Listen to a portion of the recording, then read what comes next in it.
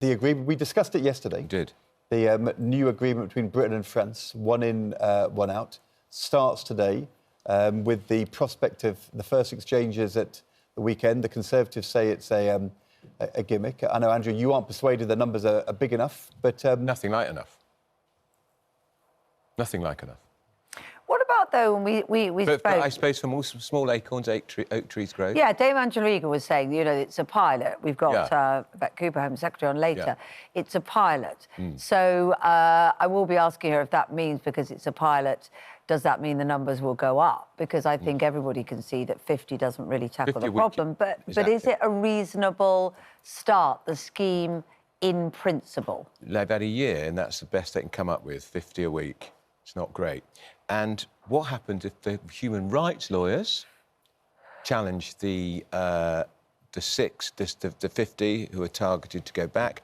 If the human rights lawyers step in and say, appeal, is it blocked, or are they out of the picture? I suspect they're not out of the picture, which means the 50... one in, one out. Might be blocked, 50. Might not be any, because we know what happened with the Rwanda case. It's slightly different. It was blocked on the runway by the human rights lawyers, which is a massive, well-funded industry paid for by we, the taxpayer. Interesting column by Kitty Donaldson in the I paper today, all about the small boats and deterrent. And she's saying that, you know, surely the previous government, Rishi Sunak's government, would have wanted to have at least one flight to Rwanda with people who didn't want to be on the flight. Because, of course, the only people who went were volunteers. That's right. One flight before the election to show that it wasn't a gimmick, that it was credible. And she reports talking to a former minister and asking this question, and he says it was never going to work. It was too bogged down in legal challenges. And so you are right that the last Rwanda scheme never, ever even began. The human rights lawyers were big never test for this government as to whether they can get through the first week and actually have some people sent back. Have they seen off the human rights lawyers already, or are they going to be there waiting, brandishing their bits of paper? Here's your legal aid application. Of course, this was not a Labour idea. It was not a Labour proposal. We know from the Conservative leadership election, the leaked memo, that in fact it was Robert Jenrick, when he was Immigration Minister, who came up with this idea, proposed to Rishi Sunak in a memo that there should be a one-in, one-out agreement negotiated with the French. Rishi Sunak put it to Macron, I believe. I think there's some dispute as to whether he actually did put it to the French and they rejected it, or he never did and just said we're going to give them money. But it's interesting for the Conservatives to be in a position where they're now saying it's a gimmick, but actually Robert Jenrick was the author of the proposal. And he, of course, is the key figure. Well, he's the Shadow Justice Secretary, of course, although you'd think he was Shadow Home Affairs the way he speaks. But, I mean, look, they're in opposition. That's their job. They're going to criticise everything this government does, and let's face it, so far on small boats, they've been woeful. But in government, they did try to do it because, you know, if you can actually start to re-establish a working relationship with France, that's what you want. Yeah. But also, and are the French... But they failed to achieve it, I think, is the implication. Yeah. So if the Conservatives failed to achieve it, is there any sense that this is a success to have got this far? Well, a bit further, but let's see. The test is going to be, at the end of the week, have 50 gone back, and at the end of the year, have the 800 gone back they're talking about. But bearing in mind, got to remember, 25,000 of them have arrived here already so far this year. Is it working as a deterrent? That is, I mean, now that's the question. It's not about the individual numbers, it's whether it starts Is it going to put off these 30-year-old young men clambering into a dinghy? Are they really going to think, oh, no, I'm going to possibly be sent back to France? Or are they going to be sent back to France? Where are they going to be sent back? The question for me, well, I think there's a couple of things that I didn't want to interrupt during the discussion about it. A couple of things I just want to talk about. It's always fun to interrupt. You're welcome. I would interrupt Andrew as much as you like. It's impolite, it's unedifying. We're above that on this show. I'll be honest with you, on this show, That's what you're for. Well, I'm interrupting you right now. That's your job. Right, so yeah, absolutely. Interrupt him. Absolutely. Let's Be go. rude and impolite as much as you He'll like. interrupt you when he thinks you're talking He about will it. indeed. He will indeed. He will indeed. So I think there's a couple of things here. I just want to point out the Rwanda scam or scheme or whatever you want to call it was a grotesque gimmick, and it was actually quite horrendous that we normalised the idea in which we would transform a sovereign African country, diplomatically lean on them to turn it into some sort of dungeon or deterrent for people for some of the most desperate people in the world. Secondly, the thing that really jumps off the page to me right now, I don't really view this as some sort of grandiose thinking or great idea or so, this one-in, one-out policy. I think it's doomed to fail. Sorry, just before I even say that, I want to say thank God for human rights lawyers, because they are the difference between us and our civil liberties being abused and us having no civil liberties whatsoever. Trust me, Andrew, one day you don't want to never know. So you The ball would can come support, undone. would you, if that's if those are the kind of rough ground that this policy fails on, you would think that was a good thing? Sorry, I'm not... So if human rights lawyers come in and prevent the 50, which Andrew thinks is a paltrily small number, but prevent that 50 going back, you would think that was a good thing? Yeah, I inherently think that upholding international human rights law, upholding the rights of people and making sure people are not treated poorly is the difference between us and barbarism. And I think that the human rights law is actually standing in the way of that is an amazing thing. It's what they're supposed to do. But also, additionally, when we take a look at... It's a fascinating conversation, isn't it? So we have Nels and Andrew, who are both telling us this policy is doomed to failure. It's not going to work. But your reasons are completely different, diametrically opposite. Mine's rooted in compassion and humanity, and his is rooted in... It is not rooted in compassion. OK, Nels, well, let's ask this. Want them not to be here in the first place. We want to move on. We want to move on. Ducked that one. I mean, you're rooted in compassion and humanity, and his is rooted in what? Andrew Pearceism. So there we go. What does that mean? What do you mean? I don't want him coming in the first place. That's what mine means. But I'll say this too. But the key, the other element that we must be looking at here too, once again too, is that what does France do with these people? So they come here. So one person gets here. We then return that one person to France. What then happens to that person? Do they stay in France, or do they make their way back here? Does it become some sort of... well, yeah. It is a safe country. No, I don't disagree. It's a safe country. Right. I don't disagree it's a safe country. But Andrew, I'll say this too at the same time too, right? Yeah. Yep. Desperate people in desperate situations are the people who are coming over the water here. Look, I must be honest with you, playing to a base stereotype, black and brown people aren't that keen on the sea, for the most part or so, for a range of different reasons. So for those people to actually hop on the sea, choppy waters, in sheer desperation to come here, there's something driving it. And I do find it odd that we never, ever actually get to hear from them. Well, we never get to hear from them, and we don't humanise them anywhere near enough. Now, because if we did, your we'd probably be a little bit more passion compassionate. for compassion is brilliant. Thank you. And, of course, you're not a politician, and you're not in charge of solving this problem. However, it would be good to hear your views on how we might solve it, because there's no doubt that there's a lot of people who are unhappy about the perception that we haven't got proper control of our borders. We're not talking about, extreme people all the time. There is a perception. So, absolutely not. So how do we tackle it? Because you've said this won't work, Rwanda wouldn't work, and indeed, we need to view those seeking to come to our country in a different light. But there still has to be some sort of control, doesn't there? Or are you literally saying throughout the border? No, I'm not. OK, so specifically then, what is the right plan? I think there has to be... So, number one, I'm not a politician. You're not currently a politician. Who knows what the future might hold? OK. I'm not saying anything there whatsoever. OK, Nels for PM. Who knows what the future could hold for any of us? But the key thing about this over here is that I think there's a range of different things. There's the beforehand, as in the root cause of this situation over here, that if we don't want desperate people to show up on our shores, we shouldn't be in the business of actually creating desperate people, or facilitating the creation of desperate people. We should be trying to actually help people where they are right now. So prevention is significantly better than curing the situation. But you're right, we can't solve all the entire world's problems, and there's always going to be desperate people in this situation too. I think that we have to almost rethink this process a little bit too. We almost have to find a way in which we don't inflame this situation, but sell it to our people. So what is the way, Nels? I mean, we all agree with that. We all agree that we don't want gangs making a fortune about the horror and the plight of people. We all agree that we don't want wars and terrible regimes that encourage people do we all agree we don't want to leave their 25,000 country? people flooding here well, hang on. every year? I don't know that he does. But we know that. So how do we manage that, short of, you know, going into every country and saying, behave differently? No, but Kate, how do we do it? Well, see, I don't think... I mean, when I listen to Nels, and this is what's so interesting about this debate, I don't think he wants to solve the problem. No. Actually, I mean, the argument you make, which is a very legitimate argument... Please? It's a very free market view. It's actually, you know, it's a very free, open market. It's normally thought of as a right-wing argument, very liberal argument, which is, you know, if people move and they come here and they can earn and make a contribution, that's all good. And all these barriers put by states at borders is getting in the way of the operation of the pure free market. Now, for somebody who's left of centre, making such a free market ideological argument is quite interesting, because actually I wouldn't have expected that from you, but that is the argument you are making. I must say, I do have a very interesting CV if you ever go read it, what it is, so you would be amazed what I've done in the past or so in the free markets. But the key thing about this also... I am right, though, aren't I? I beg pardon?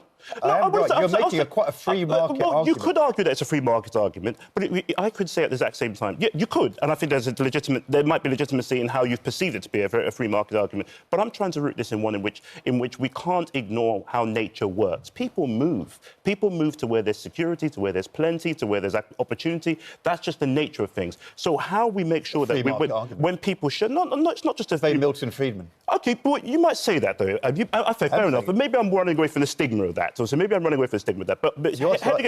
But your life, you live under free market rules. You were educated at Harvard. You were educated at Harvard, the American university. You were educated at Harvard, the American university. I'm sure you've worked around the world, or you probably intend to work around the world. I've always been quite in favour of government controlling things in order to deliver the legitimate will of the people who elect us, which is people in Britain. Because at this particular moment, that system, as it stands right now, benefits you.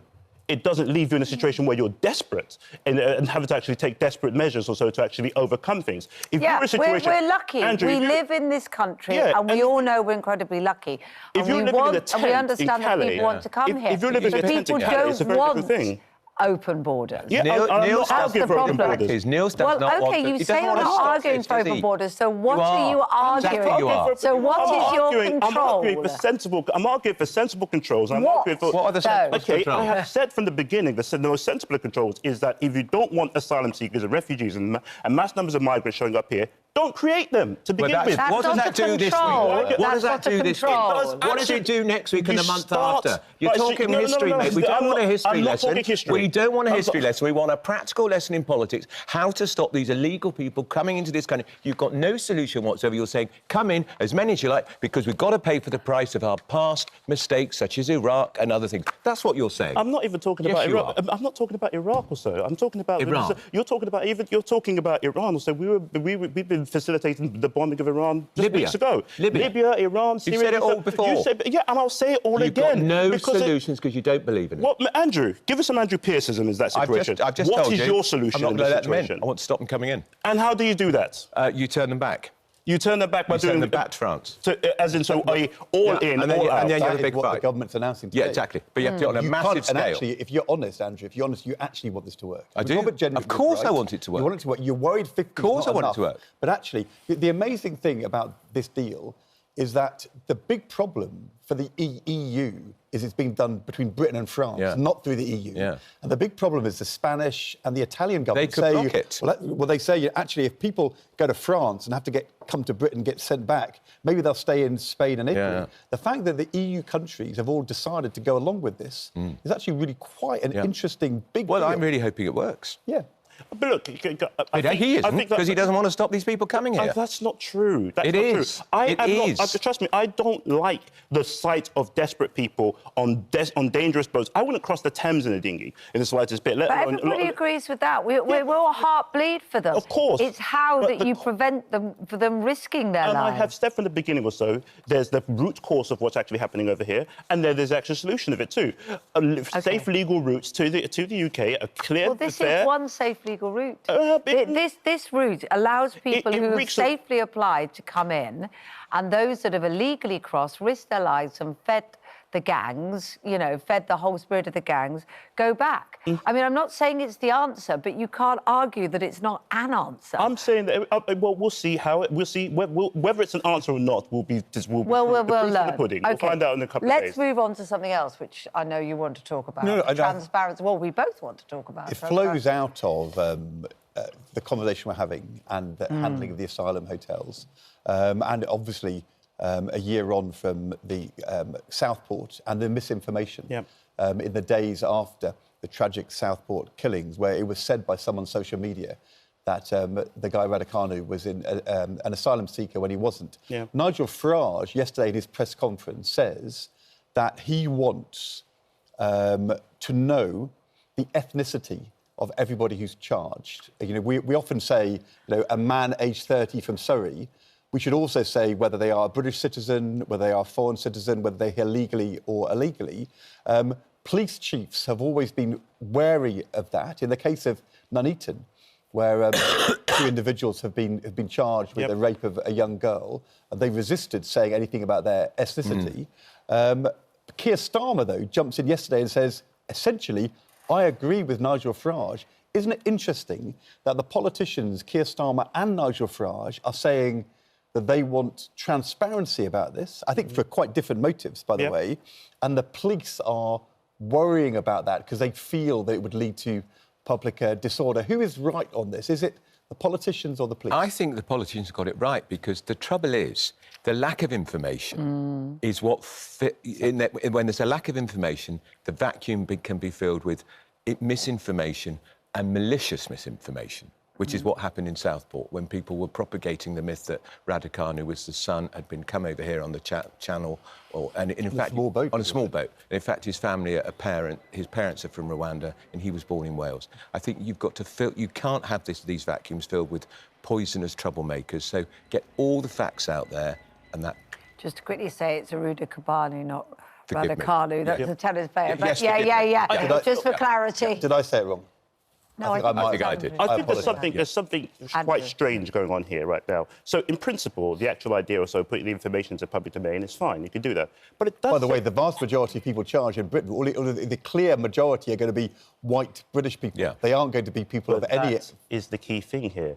When it is white British people, you don't see riots.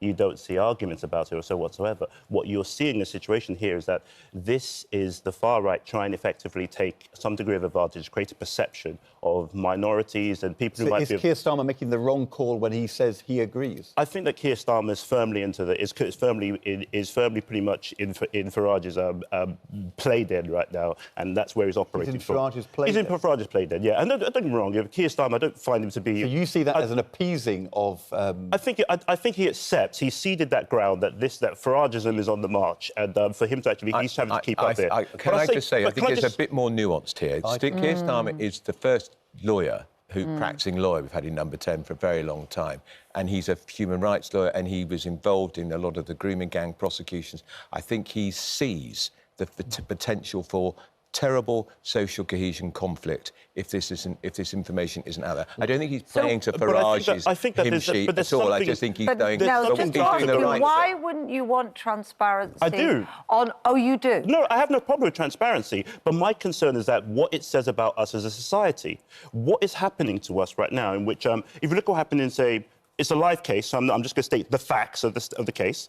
What happened in Liverpool at the football parade, Liverpool Football Club victory parade, where a gentleman... there was an incident there or so where the police had to rush out and state that it was a white man from... It was the man in the car driving into the crowd. Yeah, exactly. So I don't want you to go... I'm trying not to prejudice the case in this so it's a prejudged case. So there was an incident, but the police had to rush out and say that it was just a man, so almost to create the implication that it's not a terror attack. And, of course, in this nation, we've synonymized terror attack with brown Muslims, and that's pretty much what's happened here right now. But what I think is happening is something a lot darker, too, and it's something that Liam Neeson spoke to some years ago. Liam Neeson said that a friend of his was raped, and that is an awful situation. And the first question that sprung into his head was it a black person who did it? And then he took to the street looking for a black person who he could trigger a fight with, any random black person he could trigger a fight with, and potentially kill them. And he said he was tempted to. I'm not sure he actually did. But I know what you're saying. The key thing is that I'm pointing out here is that this is something quite deep and dark. This is something that's quite deep and dark over here that I think we're tapping into, that the nation's tapping into, that we are seeding ground on. I think we need to be very careful about that.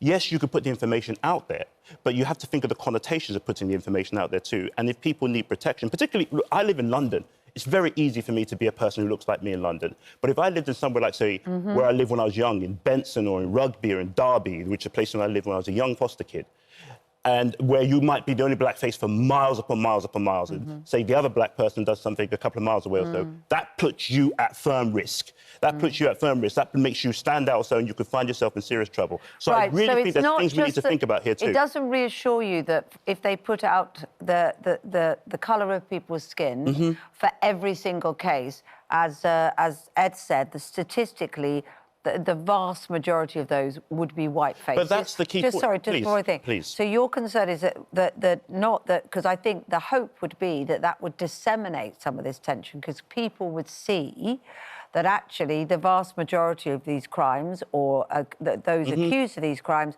are white faces, not black and brown. But your worry is then that it doesn't matter about the vast majority, is simply when something happens that is a blackface, you make yourself a target because there's fewer. So back in the day, when I was little, and Sean and Alex are here too, right? So we all come from the same sort of background, so we all understand this. When we're little, you watch Crime Watch, you hear them describing one particular crazy crime. We used to literally sit there praying, I hope it's not a black person who did this, because we knew that stigma would come upon us too. Take, for example, the other day, there was a young Deliveroo driver who had to be escorted into a hotel, who had to be escorted into wherever he was delivering food to by police. They were surrounded by police when they were going through the protesters. Because the protesters are synonymised... Is that an asylum seekers hotel?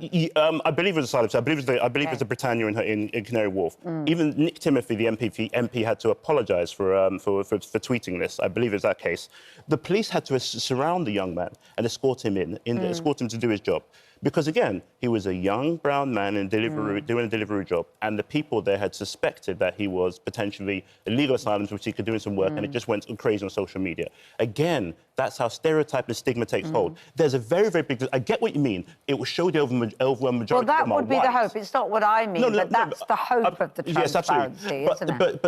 But that's not how things work in practice. That's not how the psychology of it works in practice. Although when you say Keir Starmer is playing in Nigel Farage's play dead, your worry is that he is kind of doing it for the wrong motives. And, you know, so I totally accept the point you make, of course, and kind of defer to you, your understanding of, you know, that inherent racism. The question is the lack of transparency, for example, in the Nuneaton case, does that fuel that racism because there isn't information and therefore people speculate? Or is it better to be open and transparent because that diffuses the misinformation? I don't know what the answer to that is at all, which is why I think this is such a hard one. Nuneaton's a story today, and you're right, it's a story, and it's a story that Farage and all these other guys are playing up right now. For a motive. Yeah, but if it was two white men who did the exact same crime, would it be a story? I'll say to you it wouldn't be. I'll say to you it'd be treated as normal. I'll say to you, there'll be no tweets or texts from all the far-right politicians or the politicians I suspect to be far-right. I would say it would just be completely normal. And that's what happens too. Even when you see with the grooming gangs too, and they put out like 20, 30 white men or so who've done some crazy stuff, who've clearly groomed children and done everything else, they put their faces out there, it becomes nothing. But they do it with the brown men or so, it becomes massive. But if you go to your Crime Watch example, though, which is a really interesting example, you said we pray that it wouldn't be a black person because it would feel the stereotype. But if Crime Watch on that show said it was a man aged 30, but I'm not going to tell you, if they don't tell you what the ethnicity is, does that make, in people's minds, the fear and the racism more acute or less acute? I don't know the answer to that, but I'm not sure whether Crime Watch not being clear about ethnicity would be better. I think... That's because Crime Watch is trying to find the criminal, Exactly. Isn't it? Crime Watch is a programme to get the criminal. That's right. When they put this out, they're not say the Southport killer... I'll be careful legally, but when they put out the ethnicity of someone who may have committed a crime, they're not putting it out there in the same way that Crime Watch are doing. The aim isn't to get... The aim is either to inform the public of the news and maybe to do exactly what we're saying, which is to prevent riots like Southport, or maybe we don't do that. But the argument Keir Starmer is putting is if the police put that out there, and they clearly are motivated by catching the crime, that is something which is more like Crime Watch, which is that's its motive and purpose, rather than leaving the misinformation to be then spread by people for very bad motives. What Nels is saying is that's a slippery slope, isn't it? That's dangerous because what you're doing is playing... is that you said the play then or whatever? You're playing into Nigel Farage's hands, and whether he wants to do that or not, whether that's right or not, but that would be perceived to be what There's something about the site. Can I just say one final thing? I don't know what the answer is. I know, just about... I mean, I do about Alex, but I definitely felt that when I was young growing up, you would feel that, wouldn't you? Yeah, That absolutely. Someone comes on Crime Watch, you think, oh, please don't be a black person. Exactly. And you grew up in an time. area where you... My mum was the only black person I knew, exactly similar to you. Yeah. Right. And I felt exactly... And I'm older than you, so this is the 80s. I felt exactly that all the time. Did you? Yeah. Really.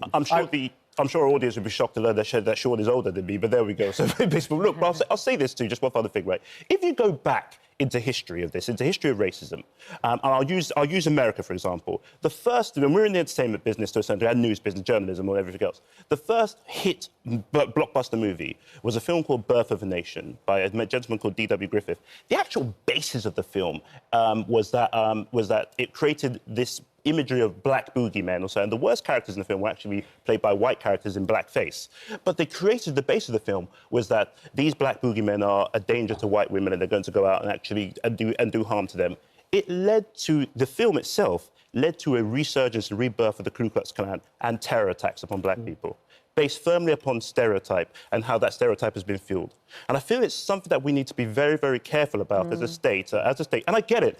Keir Starmer's a politician. Nigel Farage is also a politician. They have their motives, whatever they may be, so I'm not going to cast aspersion on them. But I do think that we are living in very strange times in Britain, and we have to be very careful about what we are sleepwalking into. I mean, I think the only thing I would say, because I think it's really hard, I don't think Keir Starmer is doing this because he wants to compete with Nigel Farage in that space. I think he's doing it because he's wanting to wrest it away from that narrow and badly motivated argument about kind of, going after the asylum seeker and to try to kind of I normally criticise Starmer, but I think here he's acting like the clever lawyer here, and I think he's thought it through. I think you are imputing criticism of Starmer because you're saying he's playing Farage's playbook, and I don't think it is. I would thought you'd be happy if he was playing Farage's playbook. No, I don't think it's. But the key thing is, I think that we have to be careful too about the psychology of how racism works. It's not rational. It's not as rational as you might think it might be. That you'll show them white faces committed the exact same crime. That's not how that works. So it becomes a situation where stereotypes actually take hold and take root, and they really do have real life consequences for people. Totally fascinating. Kate was going to be able to ask the Home Secretary, Yvette Cooper, about this, to whom I'm married, later in the show. You guys are going to be back to discuss it further then. Thank you very much. And also, as well it's one of those subjects, as Ed said, that Nell's very clear on the implications for him, but the motivations and the difficulty is, what would the reality be for you if there was more transparency? So if you have a view, do get in touch with us, whatever the colour of your skin. It would be fascinating to know what you think. Would it help? Would it hinder?